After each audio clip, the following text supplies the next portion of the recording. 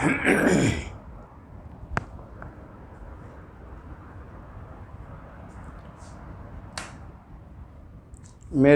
प्यारे बच्चों, नमस्कार।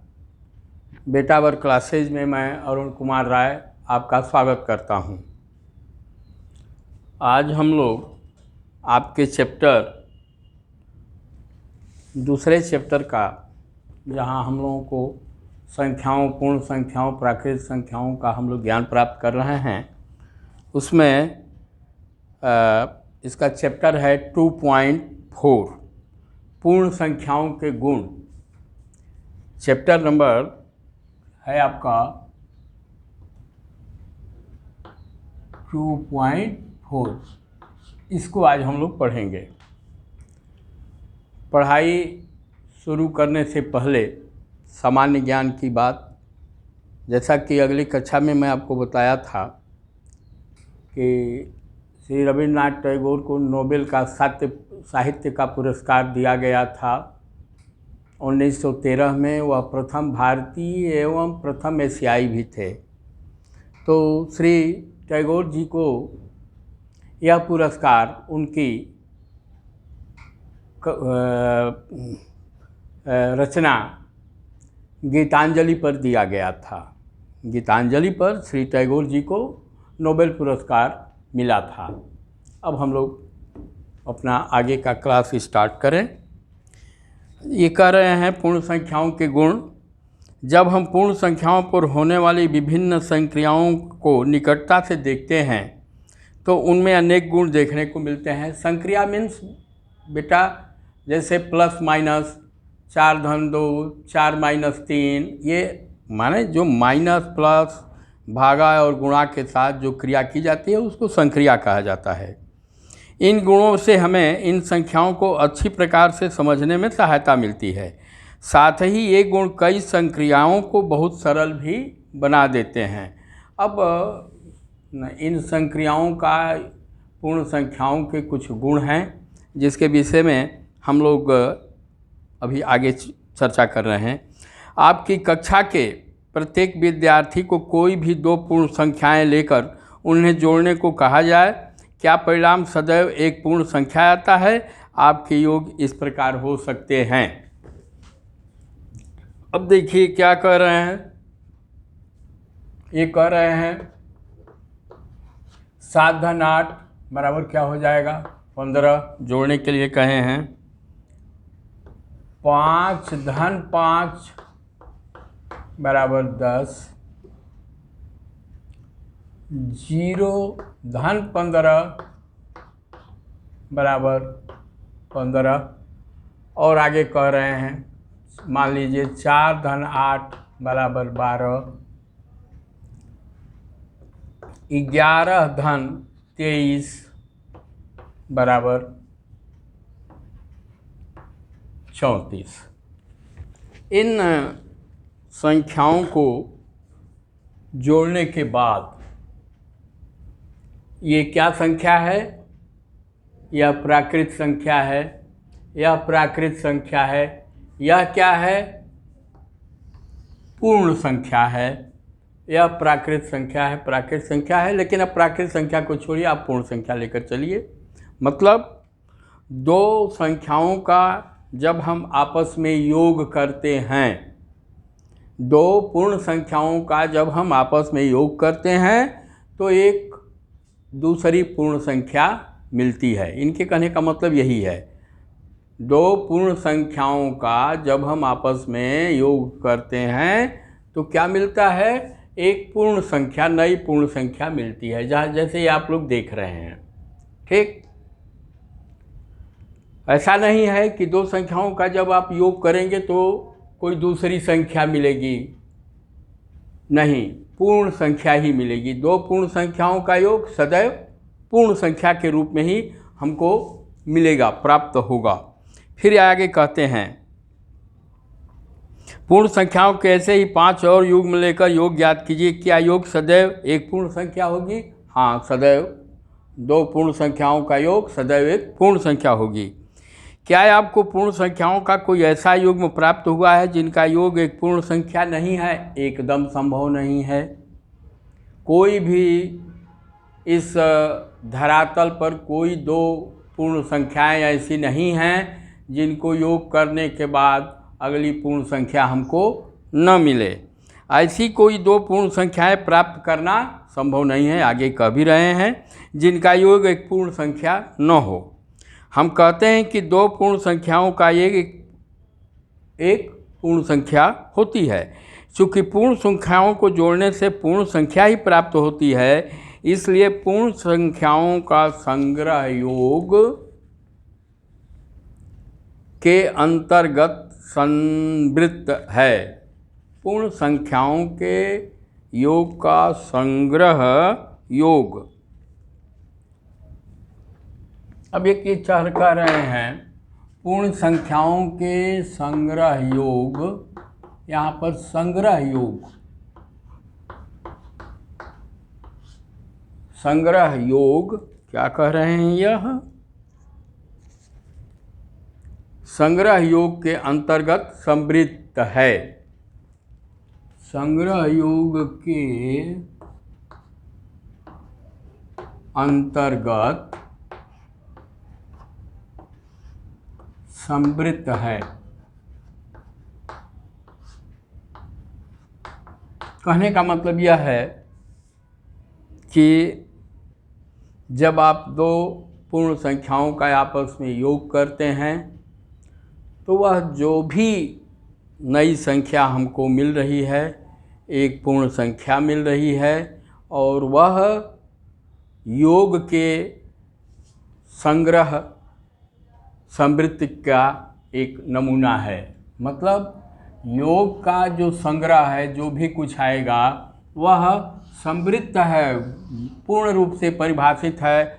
मतलब ऐसा नहीं है कि उससे वह बाहर जा कर के दो पूर्ण संख्याओं का योग कोई पूर्ण संख्या न हो। कहने का मतलब इनका यह है, संवृत्त है मतलब वह उसी में घूम करके ही रहेगा, पूर्ण संख्या के अंतर्गत ही वह रहेगा, पूर्ण संख्या से बाहर वह नहीं जाएगा। दो पूर्ण संख्याओं को जब कभी भी हम जोड़ेंगे तो क्या होगा, वह एक पूर्ण संख्या ही होगी। वह उसी के अंतर्गत जो पूर्ण संख्याओं की परिभाषा है, जो पूर्ण संख्याएं हैं, उसी के अंतर्गत वह रहेगा। अब इसको मैं मिटा रहा हूँ।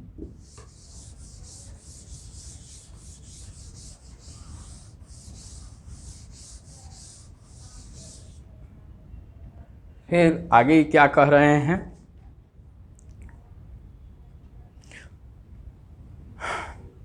पूर्ण संख्याओं के योग का संवृत्त गुण, इसे यह पूर्ण संख्याओं का संवृत्त गुण कहलाता है। पूर्ण संख्याओं के योग का संवृत्त गुण, पूर्ण संख्याओं के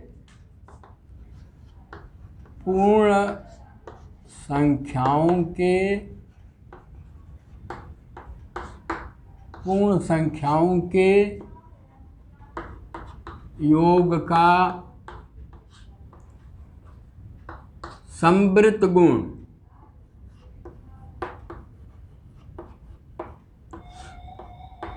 संवृत्त गुण कहलाता है। क्यों संवृत्त गुण कहलाता है? वह इसलिए कहलाता है क्लोजर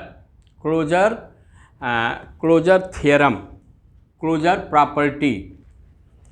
प्रॉपर्टी इसलिए कह रहा है कि जब भी हम पूर्ण संख्याओं का आपस में योग करेंगे तो एक नई पूर्ण संख्या ही प्राप्त होगी, जिसको कि भी मैंने पहले बताया है, और वह उसी के अंतर्गत ही रहेगा। इसलिए पूर्ण संख्याओं का यह एक संवृत्त प्रॉपर्टी है। फिर क्या पूर्ण संख्याएं गुणन के अंतर्गत भी संवृत्त हैं? आप इसकी जांच किस प्रकार करेंगे? तो हाँ, पूर्ण संख्याएं गुणन के अंतर्गत भी संवृत्त हैं। कैसे हैं? इसलिए हैं, जिसको कि अब हम लोग आगे समझेंगे। देखिए, योग में पूर्ण संख्या, जब भी हम दो संख्याओं का योग करेंगे तो एक पूर्ण संख्या प्राप्त होगी। यह तो अब आपको क्लियर हो गया। कभी भी 4 धन 2 करने के बाद कोई ऐसी संख्या प्राप्त नहीं होगी जो कि पूर्ण संख्या नहीं है। वैसे ही आप जैसे मान लीजिए गुणा करते हैं 3 गुणते 5, 8 गुणते 10, 6 गुणते 8, 9 गुणते 11, 25 गुणते 4। ये एक उदाहरण दे रहा हूँ। ये क्या हो जाएगा? 3 5 15, 15 क्या है? एक पूर्ण संख्या है। फिर 8 गुणते 10, 80, ये क्या है? यह हम लोगों की एक पूर्ण संख्या है। फिर 6 गुणते 8, 48, यह एक पूर्ण संख्या है। 9 गुणते 11, 99, यह क्या है? एक पूर्ण संख्या है। 25 गुणते 4, 100। ये जितनी भी हैं क्या हैं? पूर्ण संख्याएं हमको गुणनफल के बाद मिलती है। मतलब गुणा में भी पूर्ण संख्या ही हमको प्राप्त होती है। इसलिए दो पूर्ण संख्याओं का गुणनफल भी एक पूर्ण संख्या होती है। अतः हम कह सकते हैं कि पूर्ण संख्याओं का संग्रह गुणन के अंतर्गत संवृत्त है। पूर्ण संख्याओं का संग्रह क्या हो सकता है? 1 से लेकर के अनंत तक हो सकता है। और एक संख्या का जब दूसरी संख्या में आप गुणा करेंगे तो हम लोगों को एक पूर्ण संख्या ही मिलेगी। अतः वह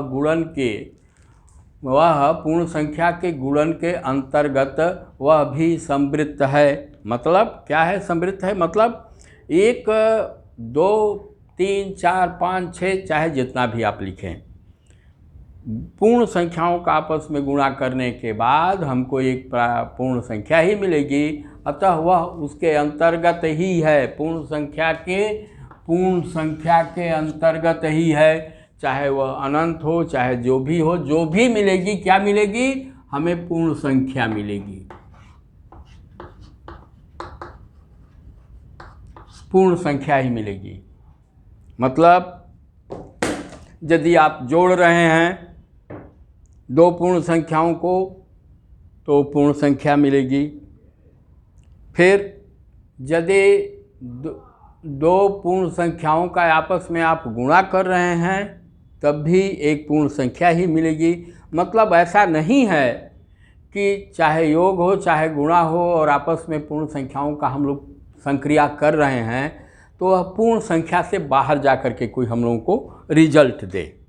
ओके, मैं समझ रहा हूँ कि ये चीज़ें आपको समृद्ध हैं। मतलब मैंने बता दिया कि एक गोला बना करके दे दिया, चाहे योग करें चाहे गुणा करें वह पूर्ण संख्याएं ही आएंगी, इसी के अंतर्गत ही वह आएगा, इससे बाहर एकदम नहीं आएगा।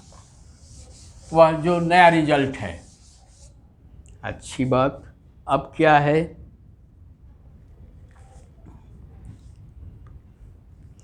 पूर्ण संख्याएं व्यवकलन के अंतर्गत संवृत्त नहीं होती हैं। अब देखिए, गुणा और योग में तो इन्होंने बता दिया कि संवृत्त हैं, लेकिन क्यों पूर्ण संख्याएं व्यवकलन घटाने में, सब्सट्रैक्शन में, उसमें ये संवृत्त नहीं है। क्यों नहीं है? या आगे उसका उदाहरण दे रहे हैं। आपके व्यवकलन इस प्रकार के भी हो सकते हैं। हमारे घटाने का प्रकार कुछ भी हो सकता है। जैसे हम लोग घटा रहे हैं 4 - 2, 4 - 2 बराबर 2, 10 - 4 6, 18 - 9 9। घटाने का तो कुछ भी प्रकार हो सकता है। ये सब यहाँ तक आपको क्या दिखाई दे रहा है? ये सब पूर्ण संख्याएं हैं। लेकिन जब हमको आ जाता है 4 - 5, इसका रिजल्ट क्या होगा? 4 - 5 का रिजल्ट क्या होगा? जो कम वाला है और जो ज़्यादा वाला है उसका निशान आप लिखेंगे। अब 5 में से 4 घटा देंगे तो क्या हो जाएगा? 1 -1 -1। फिर वैसे ही मान लीजिए आपने 38 - 45 किया, इसमें क्या होगा? कौन ज़्यादा चिन्ह वाला है? माइनस वाला ज़्यादा है, तो यहाँ पर आप माइनस लिखेंगे और 38 - 45 बराबर क्या हो जाएगा? -7। अब देखिए आपकी पूर्ण संख्या क्या है? सबसे छोटी पूर्ण संख्या क्या है? 0, 0 है। सबसे छोटी पूर्ण संख्या क्या है? 0 है। और यह क्या है? -1 -7, यह 0 से भी कम है। इसको संख्या रेखा पर हम लोग ऐसे लिखते हैं, जैसे ये मान लीजिए संख्या रेखा है आपकी, यह 0 है, यह 0 है। तो जब आप दाहिने तरफ चलते हैं तो मान लीजिए यह 1 हुआ, यह 2 हुआ, यह 3 हुआ, यह 4 हुआ, यह 5 हुआ, ये 6 हुआ। नियमित अंतराल पर, नियमित मात्रक पर ये आएगा, लेकिन इसके दाहिने तरफ जब चलेंगे। लेकिन संख्या रेखा पर जब आप बाईं ओर चलेंगे उसी मात्रक पर, तो अब यहाँ से माइनस शुरू होगा। -1 -2 -3 -4, मतलब ऐसे तमाम आता चला जाएगा। तो हमारी पूर्ण संख्या क्या है? 0 है। पहली पूर्ण संख्या क्या है? 0 है। सबसे छोटी पूर्ण संख्या क्या है? 0 है। और ये पूर्ण संख्याओं में नहीं आती हैं, अतः यह व्यवकलन में, ऋण माइनस में यह संक्रिया जो है हमारी संवृत्त नहीं होती है। क्या पूर्ण संख्याएं विभाजन, अच्छा अब ये देखिए घटाने के अंतर संवृत्त नहीं होती हैं, अब ये तो आप समझ गए होंगे, क्योंकि घटाने के बाद जो आपकी पूर्ण संख्याओं का संग्रह है, पूर्ण संख्याओं का संग्रह जो है जब भी रहेगा तो पॉजिटिव रहेगा, धनात्मक रहेगा, वह ऋणात्मक नहीं रहेगा। लेकिन यहाँ पर तो ऋणात्मक आ गया। क्या आ गया ऋणात्मक? 4 - 5 बराबर -1, 38 - 45 बराबर -7। मतलब यहाँ तक तो हमारी पूर्ण संख्याएँ आ गई। लेकिन जब इसी व्यवकलन को हम लोग आगे बढ़ाते हैं तो देख रहे हैं कि ऋणात्मक संख्याएं भी आ रही हैं, जो कि पूर्ण संख्याओं के संवृत्त से बाहर की संख्याएं हैं। अतः व्यवकलन में पूर्ण संख्याएं व्यवकलन घटाने के अंतर्गत संवृत्त नहीं होती हैं। क्यों? आपके व्यवकलन इस प्रकार के हो सकते हैं जैसा कि मैंने उदाहरण दिया है। फिर ये कह रहे हैं दूसरा पॉइंट इसमें, क्या पूर्ण संख्याएं विभाजन के अंतर्गत संवृत्त हैं? क्या पूर्ण संख्याएं विभाजन के अंतर्गत संवृत्त हैं? अब मैं इसको सब मिटा दे रहा हूँ। अब आगे विभाजन में देखा जाए क्या है। विभाजन में देखा जाए,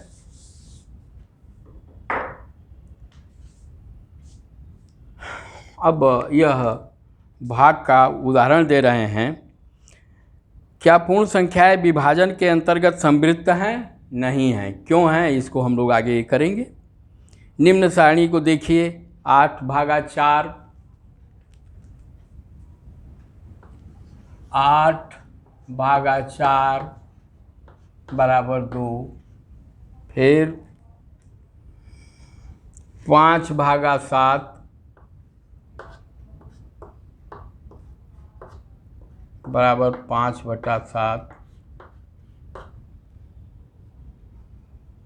फिर 12/3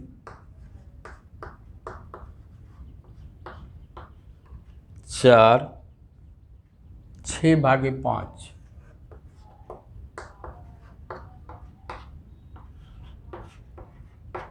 अब देखिए,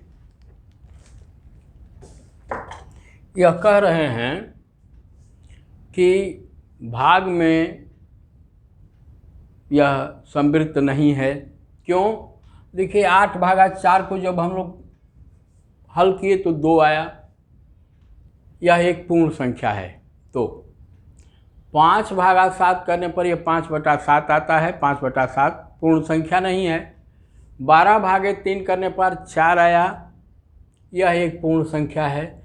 6/5 करने पर 6/5 आया, मतलब यह एक पूर्ण संख्या नहीं है। अतः और तमाम उदाहरण हो सकते हैं, बहुत सारे उदाहरण हो सकते हैं। जैसे मान लीजिए 10/12, ये क्या हो जाएगा? 10/12 क्या हो गया? यह एक पूर्ण संख्या नहीं है। जब पूर्ण संख्या नहीं है तो भागफल में यह जो है क्या पूर्ण संख्याएं विभाजन भाग के अंतर्गत संवृत्त हैं? नहीं है, क्योंकि सिद्ध हो गया, क्योंकि पूर्ण संख्या नहीं आ रही है। निम्न सारणी से तो हो गया। शून्य द्वारा विभाजन, अब आगे कह रहे हैं शून्य द्वारा विभाजन। इसको थोड़ा समझिए, 2 प्रकार से समझाया गया है आपके स्तर के लिए। अब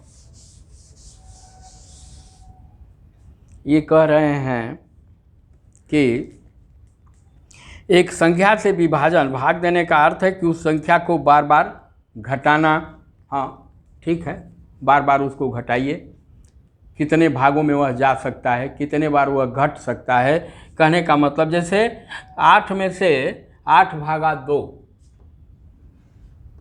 8/2 ये क्या हो जाएगा? यहाँ 8 में से 2 को घटाइए, क्या आया? 6। तो यहाँ पर आप एक बार घटाए, फिर 6 में से 2 को एक बार और घटाइए, ये हो जाएगा दूसरी बार, क्या है आपका? 4। 4 में से फिर 2 को घटाइए, क्या आएगा आपका? 2, ये तीसरी बार हुआ। फिर 2 में से 2 को घटाइए, क्या हुआ? 0, यह 0 आ गया। ठीक, मतलब 4। और ऐसे भी जब 8 भागा आप 2 करते हैं तो 2 चौके 8। ओके, मतलब किसी संख्या में किसी संख्या का भाग देने का मतलब है कि उस संख्या को कितनी बार आप घटाते हैं। और एक चीज़ और मैं आपको बता दूं, जैसे होता है, मान लीजिए वह संख्या 13 है, 13/2 है, मतलब 13 में से 2 को आप घटा रहे हैं, कितनी बार आप घटा सकते हैं। घटाने के बाद भी कुछ शेष रह जाएगा। ठीक, तो इसको देख लीजिए, 13 - 2 ये हो गया 11, 11 - 2 ये हो गया 9, 9 - 2 ये हो गया 7, 7 - 2 ये हो गया 6, 5, यह 5 हो गया। 5 - 2 ये हो गया 3, और 3 - 2 ये हो गया 1। अब देखिए, यह 1 रहा, ये 2 रहा, यह 3 रहा, यह 4 रहा, ये 5 रहा, ये 6 रहा, और ये हमारा जो है हासिल बच गया। 1 में 2 का भाग नहीं जाएगा। वैसे ही हम लोग क्या करते हैं, जैसे आपने भाग दिया 13/2, ये क्या हो गया? 2 × 6 = 12, यहाँ पर 12 है, आपने किया, क्या आया? 1 आया। यही उत्तर आया, यहाँ भी यही उत्तर आया। मतलब कि जब हम भाग देते हैं तो किसी भी संख्या में भाग देते हैं तो देखा जाता है कि उस संख्या से बड़ी संख्या से छोटी वाली संख्या को जिसे हम भाग दे रहे हैं कितनी बार घटाया जा सकता है। ओके, और ये भाग की क्रिया संक्रिया तो आप लोग इससे पहले वाले क्लास में जो निश्चित रूप से पढ़े होंगे। फिर ये आइए अब 2/0 को ज्ञात करने का प्रयास करें।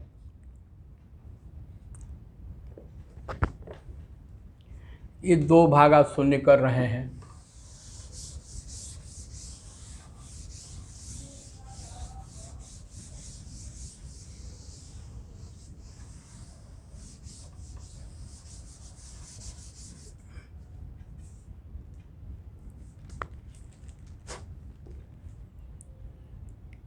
इस विधि से 24/8 और 16/4 ज्ञात कीजिए। मैं जान रहा हूँ कि आप लोग इसको आराम से कर लेंगे।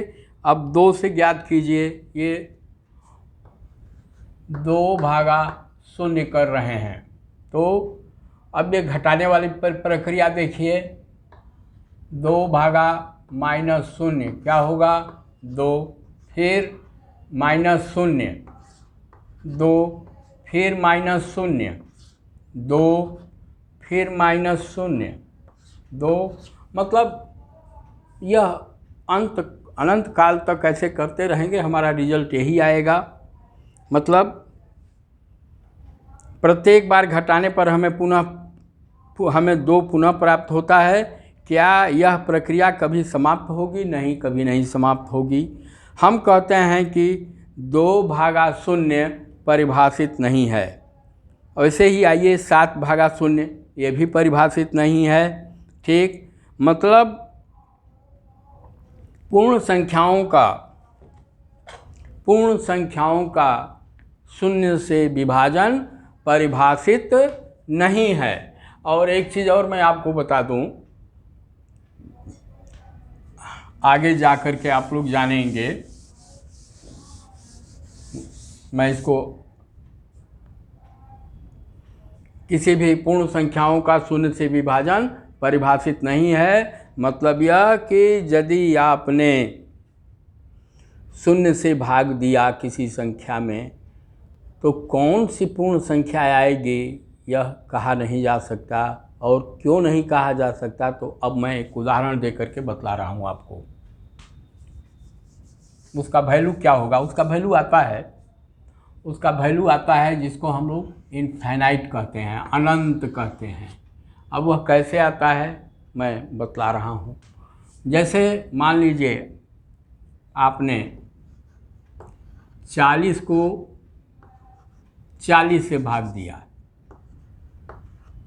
कितना आएगा? 1 आएगा। अब इस भाजक को घटाइए। अब इसको आप 40/20 कीजिए, कितना आया? 2। अब देखिए यह 40/40 है तो 1 आया। अब जब इस भाजक को आपने घटा दिया तो वैल्यू आने वाला मान जो है क्या हो गया? बढ़ गया। फिर 40 आप इसको 10 कर दीजिए, क्या हो गया? 4 हो गया। फिर 40/8 कर दीजिए, यह क्या हो गया? 5 हो गया। मतलब ज्यों-ज्यों भाजक घट रहा है त्यों-त्यों भागफल बढ़ रहा है। फिर 40/4 कर दीजिए, क्या हो जाएगा? ये 10 हो जाएगा। 4 देखिए, अब यह जब भाजक 8 से 4 हुआ तो वैल्यू जो है 5 से 10 हो गया। फिर इस 40 आप 2 कर दीजिए तो ये क्या हो जाएगा? 20 हो जाएगा। मतलब भाजक का ज्यों-ज्यों मूल्य कम हो रहा है त्यों-त्यों इसका भाजनफल का मूल्य बढ़ रहा है। वैसे ही यह 40/1 कर दीजिए तो क्या हो जाएगा? यह 40 हो जाएगा। फिर अब पॉइंट में बेटा जैसे मान लीजिए 40/0.5 इसको करेंगे तो इसका मान हो जाएगा 80। ठीक, मतलब 0.5 क्या है? 1 से कम है, मतलब इसका मूल्य बढ़ता चला जा रहा है। ऐसे ही वह घटते घटते जब 0 हो जाएगा तो हमारा भागफल क्या हो जाएगा? अनंत हो जाएगा। यह अभी आपके